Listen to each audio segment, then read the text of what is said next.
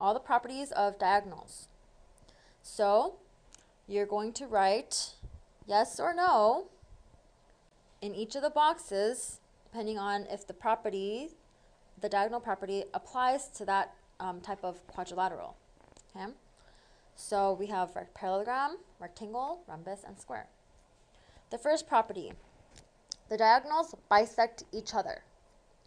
The diagonals bisect each other. Now, try to remember what property that's for. The diagonals bisect each other.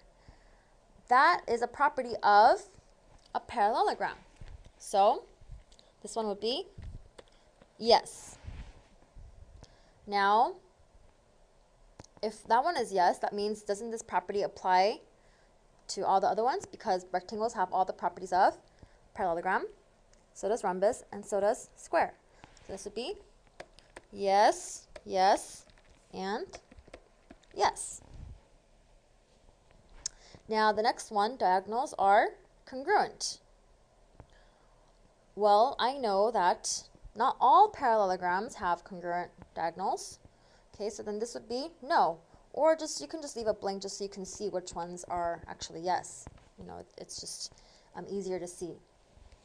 So let's look at what about rectangle? Do rectangles have diagonals, congruent diagonals? And this one is yes. Or does the rhombus have congruent diagonals? This one is no, right? It does not. The diagonals of a rhombus are perpendicular to each other, and they bisect the angles, but not that they're congruent to each other. Okay, so that's not a property of a rhombus. Now, if you're ever confused, just draw it out. Draw it out,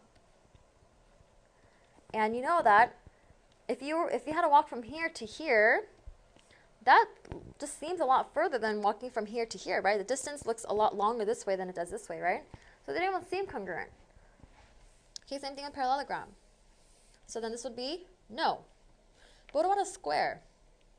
Squares have all the properties of the rectangle, right? So whatever applies to the rectangle, it also applies to the square. So this one is yes. Then, next one, each diagonal bisects a pair of opposite angles. Bisects a pair of opposite angles, meaning it does this.